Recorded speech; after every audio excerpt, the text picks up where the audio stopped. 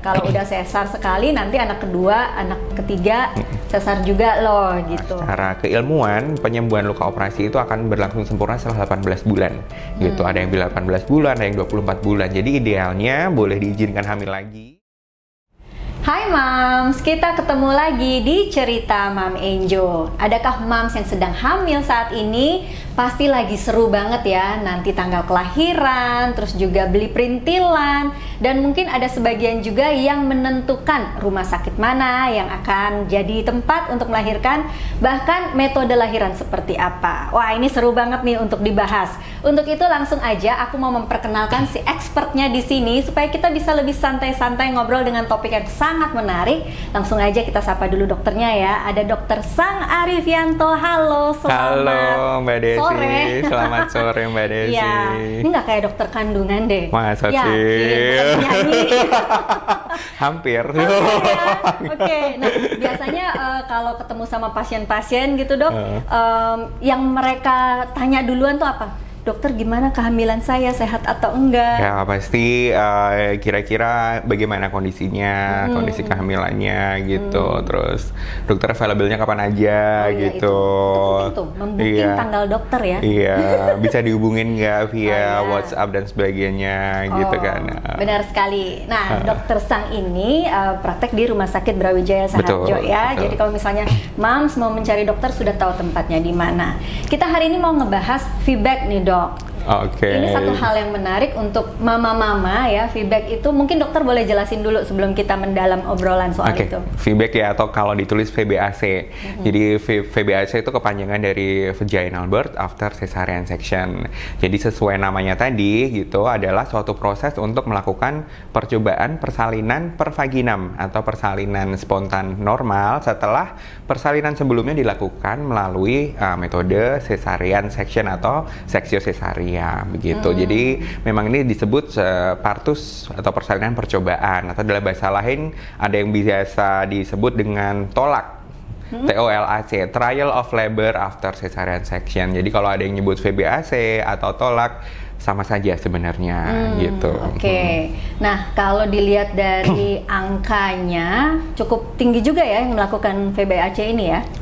Cukup tinggi juga gitu. Kemudian dalam artian keberhasilannya ya. Keberhasilannya. Jadi apabila memang syaratnya terpenuhi, ada syarat-syarat tertentu yang harus dipenuhi sebelum melakukan VBAC, keberhasilannya di atas 70% sebenarnya. Di atas 70%. Betul sekali gitu. Sebelum kita bahas soal persyaratan yang untuk memenuhi VBAC ini, biasanya para mama tuh ada juga deg-degannya dok. Betul sekali. Katanya, dong. Wajib itu, kalau nggak deg-degan nggak bagus. Wajib deg-degan ya. Wajib deg-degan. Dan papanya juga wajib deg-degan. Iya dong. Nah, kalau dulu tuh gini yang saya dengar, kalau udah sesar sekali nanti anak kedua, anak ketiga sesar juga loh gitu. Iya, ini ternyata dengan VBAC ini enggak kan ya dok? Iya. Jadi memang dari pada sebelum ada metode VBAC ini memang one C-section, forever C-section gitu ya. Itu ada bahasa Inggrisnya seperti itu gitu. Karena memang pada masa yang lampau gitu proses persalinan sesar biasanya sayatannya dilakukan secara klasik atau rahimnya disayat di bagian vertikal. Jadi itu salah satu yang tidak diizinkan untuk melakukan proses VBAC adalah apabila sayatan sesar sebelumnya dilakukan secara vertikal atau klasik. Nah, jadi waktu itu belum bisa, tapi sekarang sudah ada metode kan, kalau sesar kita sayatannya secara frontal atau horizontal gitu ya. Jadi kemungkinan untuk melakukan persalinan per vaginam lagi masih ada begitu. Oke, berkembang teknologinya, Betul hasilnya sekali. juga bisa berbeda ya. Betul sekali. Dan ini sangat membuat para mama nyaman sebetulnya ya. Iya, betul sekali. Oke, nah tapi ada juga nih yang anak pertama udah sesar, contohnya aku sih dok ya, anak pertama sesar, anak kedua per vaginam. Teman-teman tuh bilang, wah ini lukanya 2 kali dong. Tapi hebat dong itu berarti. Gimana nih untuk para mama mungkin yang punya pikiran seperti itu juga ya, wah nanti aku lukanya 2 kali, ini gimana nih dok? Oke, jadi kan setiap persalinan pasti ada jejasnya gitu ya. Jadi kita mesti berpikir, berafirmasi positifnya seperti itu. Bekas cinta kasih lah dari dedeknya ya, buat maminya kan ya, gitu ya. Kalau mau lewat normal pun pasti nanti ada sedikit luka robekan gitu, yang pasti akan diperbaiki gitu. toh kan kenang-kenangan gitu ya, kenang-kenangan. Jadi kita mesti melakukan afirmasi positif kepada diri sendiri bahwa sebenarnya setiap persalinan ya bukti cinta kasihnya mami kepada bundanya kepada anaknya gitu ya gitu. Jadi bekas luka sesar tetap ada lukanya, bekas pervaginam ada bekas lukanya. Jadi tidak perlu khawatir kalau sebenarnya kalau mengenai masalah ini gitu ya. Iya. Nah, itu papa-papa juga harus menyadari itu bukti cinta kasih. Betul sekali, biar suportif ya. Iya, benar. Nah, sekarang kita baru nih masuk ke syarat-syaratnya. Apa aja nih dok untuk bisa melakukan feedback ini? Oke, syaratnya yang pertama masalah ini tadi sayatannya yang sebelumnya gitu ya. Kalau sayatan klasikal sudah pasti angka komplikasinya nanti akan lebih tinggi. Jadi komplikasi PBAC yang ditakutkan adalah rahimnya robek atau ruptur uteri, biasa kita kenal gitu ya.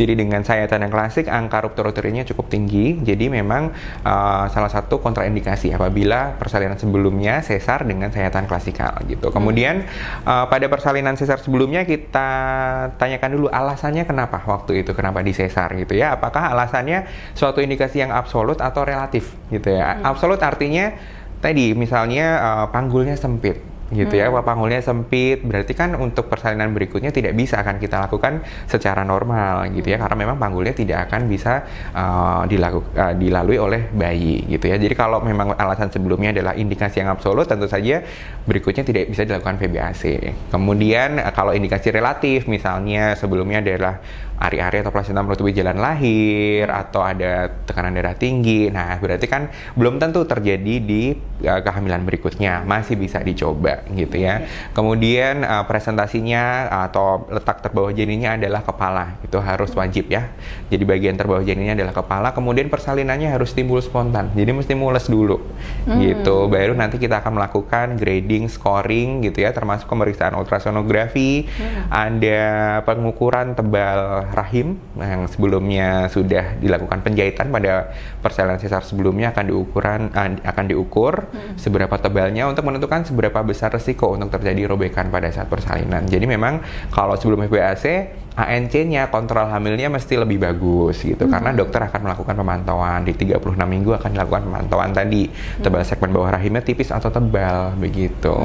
Nah terus yang tadi indikasi-indikasinya mesti jelas gitu, dan dokter akan melakukan penilaian secara melalui scoring tadi untuk menentukan keberhasilannya kira-kira seberapa besar gitu.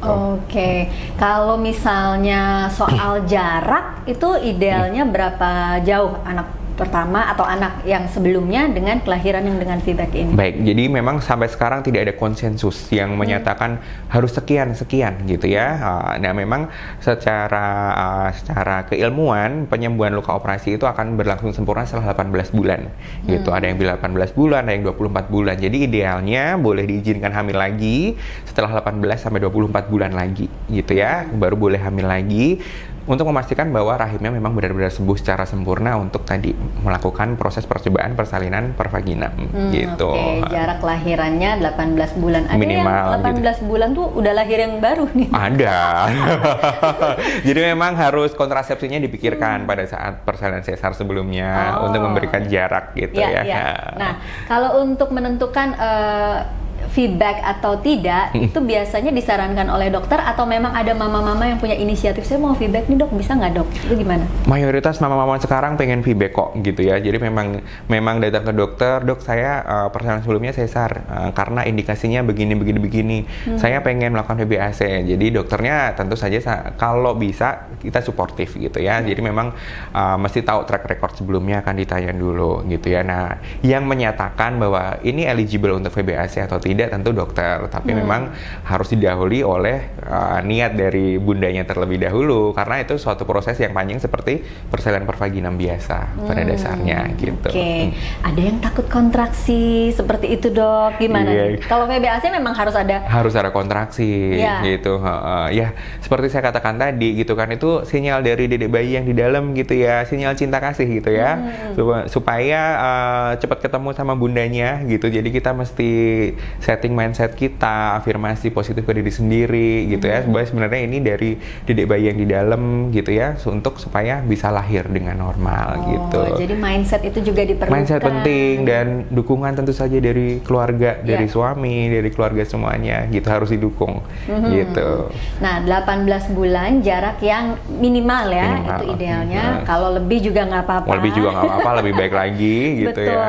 Nah, tapi tentu saja persiapan secara fisik mungkin diperlukan juga nggak, Dok? Karena kan kalau sesar nih, menurut pengalaman saya ya memang deg-degan, tapi habis itu kayaknya udah selesainya lebih cepat gitu. Nah, kalau VBAC itu kan ngerasain semuanya, mulai dari kontraksi palsu gitu. Nah, lebih capek sebenarnya ya. Benar. Nah, secara fisik apa yang harus dipersiapkan? Secara fisik tentu saja ini harus lebih detail kita perhatikan ya. Ibunya dari nutrisinya, dari awal kehamilan harus diperhatikan gitu ya, apakah kondisi hemoglobin dalam kondisi anemia atau tidak. Karena kalau orang anemia tentu saja ibu yang anemia kontraksinya tidak akan baik nanti pada saat proses persalinannya. Jadi memang harus diperhatikan dari awal, kecukupan zat besi, makro dan mikronutriennya terpantau, penambahan berat janinnya gitu ya. Kemudian apakah ada penyulit lain pada saat VBAC, tentu harus diperiksa secara melalui USG secara rutin gitu ya, supaya nanti kita bisa memperkirakan atau memprediksi kira-kira seberapa besar keberhasilannya. Fisik tentu saja bolehlah didukung dengan olahraga ringan sedang gitu ya, untuk bunda-bunda sekalian, seperti proses persalinan pervaginam biasa gitu. Latihan nafas membantu sekali. Latihan nafas. Dulu saya disaranin latihan nyanyi, Dok. Supaya latihan nafasnya lebih intens gitu. Betul, bisa membantu juga ya itu. Urusan bagus atau enggak nyanyinya jangan ditanya ya. Teknik nafasnya. Nah, untuk berat badan janin itu juga dulu saya dipesenin asal jangan gede-gede bayinya gitu. Nah, tapi ukuran gede atau enggak ini nih. Ternyata bayiku kan kecil waktu itu. Cuma kata dokter sebenarnya itu masih range normal. Cuma dibandingin ponakan saya yang besar-besar, bayi saya kecil. Nah, ini kayak gimana, Dok? Besar atau kecil, jangan gemuk, jangan terlalu kurus, mengaturnya seperti apa nutrisi? Jadi sebenarnya kita ada kurva pertumbuhan janin gitu yang akan kita pantau gitu ya. Ada ukuran tertentu yang namanya persentil keberapa gitu ya. Kemudian gunanya untuk USG secara rutin adalah untuk memantau kurva pertumbuhan tadi gitu ya. Kadang ada bayi-bayi yang dikatakan ini terlalu kecil, padahal sebenarnya kurva pertumbuhannya naik gitu ya. Kurva pertumbuhannya naik jika dipantau dengan rutin. Nah, itu tiap kehamilan, tiap bayi sifatnya personalized, beda-beda nih gitu ya. Ada yang ibu yang secara genetik gede, tinggi, pasti mungkin akan menurunkan bayi yang besar juga. Ada juga yang ibunya kecil, kan kita tidak paksa juga untuk supaya bayinya tumbuh terlalu besar gitu, karena memang secara potensi genetiknya tidak terlalu besar. Nah, memang itu harus personalized, harus ketemu sama dokter gitu ya. Kita pantau secara rutin gitu, dan terutama di 36 minggu kita akan menilai namanya imbang feto-pelvic gitu ya. Feto artinya janin, pelvic artinya panggul gitu, untuk menilai tadi apakah imbang antara ukuran janin dan ukuran panggulnya seimbang atau tidak untuk persalinan. Itu yang penting dilakukan. Kalau gitu. sudah rencana mau VBAC, ternyata bayinya cukup besar, apakah itu otomatis dokter bisa menyatakan ini jangan VBAC karena beresiko, atau ada yang cara-cara lain untuk bisa ditempuh supaya bisa tentu saja tadi kan yang namanya VBAC atau persalinan tadi didahului dengan proses percobaan, trial of labor, partus percobaan. Jadi salah satu syarat VBAC ini juga harus dilakukan di institusi kesehatan yang bisa melakukan tindakan emergensi segera gitu, karena salah satu komplikasinya tadi ruptur uterus atau rubaikan jalan lahir gitu ya. Jadi memang harus dilakukan di tempat yang bisa melakukan tindakan emergensi atau segera. Gitu. Jadi nggak maksain harus melakukan. Gitu kan, sekali lagi itu namanya trial of labor, partus percobaan. Kalau dinilai pada stage tertentu ini gagal, berarti kita mesti convert. Nah, ini sudah keluar komplikasi, berarti kita convert untuk seksio cesarea ulangan, begitu. Jangan terus sok-sokan mau VBAC sendiri. Nah, harus bersama dokter kandungan, gitu saja. Kalau untuk soal luka nih, biasanya yang menjadi concern para mama dan juga papa, berapa lama sih lukanya ini bisa pulih gitu? Kalau kayaknya kan memang terbukti sih ya. Kalau lahiran pervaginam kayaknya lebih cepat bisa mandiri lagi gitu, jalan, lalu mandi gitu. Gimana nih dok? Jadi VBAC karena tadi kita sebut vaginal birth, tentu saja tidak berbeda jauh sebenarnya dengan persalinan spontan yang biasa gitu. Karena memang tadi selama tidak ada robekan rahim dan sebagainya, luka yang ditimbulkan sama seperti persalinan pervaginam biasa. Jadi mekanisme proses penyembuhannya setelah VBAC mirip sama dengan persalinan pervaginam yang timbul secara spontan biasa gitu. Oke. Itu lumayan menjadi pencerahan, bukan lumayan lagi ya. Harus semangat kalau mau feedback. Ya kan? Kalau di cerita Mam Enjo harus tanya lengkap. Soalnya kalau ketemu dokter udah beda biaya ya dok. Oke. Mungkin terakhir nih dok, saran-saran atau tips apa untuk mama yang masih ragu-ragu nih untuk melakukan VBAC ini? Oke. Jadi mengingat keberhasilan angka VBAC yang cukup tinggi, kemudian selama tidak ada kontraindikasi untuk dilakukan VBAC, persalinan VBAC dinilai cukup aman asal terpantau gitu ya. Jadi memang yang masih memiliki keraguan lebih baik segera bertemu dengan dokternya, komunikasikan niatannya, kemudian cari dokter yang suportif untuk melakukan VBAC karena memang akan didukung selama 9 bulan proses kehamilannya sampai persalinannya. Dan tentu saja kalau datang bawa keluarganya, suaminya supaya ikut mendengarkan bagaimana nanti prosesnya gitu. Jadi cukup bisa support terhadap proses VBAC sendiri. Oke, support sistemnya juga. Support sistemnya masih bagus. Atau ada anak yang besar juga boleh ikut. Boleh. Oke, dokter terima kasih banget ngobrol-ngobrolnya. Mudah-mudahan semua moms di sini menjadi ada penentuan nih yang mau feedback bisa langsung cari Instagramnya dok, boleh disebutin dok? Boleh, seragam Instagram saya di sang.arifianto, boleh di follow, ada banyak informasi yang bisa membantu. Oke, kalau mau datang langsung ke Rumah Sakit Brawijaya Saharjo juga nggak apa-apa, bisa ya bikin appointment. Boleh. Thank you dokter, kita Sama-sama. ketemu lagi next time ya. Dan juga untuk mam semua, terima kasih ikutan obrolan di sini. Pastikan share pengalaman kamu di komen dan juga follow Instagram Mam Enjo @mamenjo. Saya Desi Novianti pamit.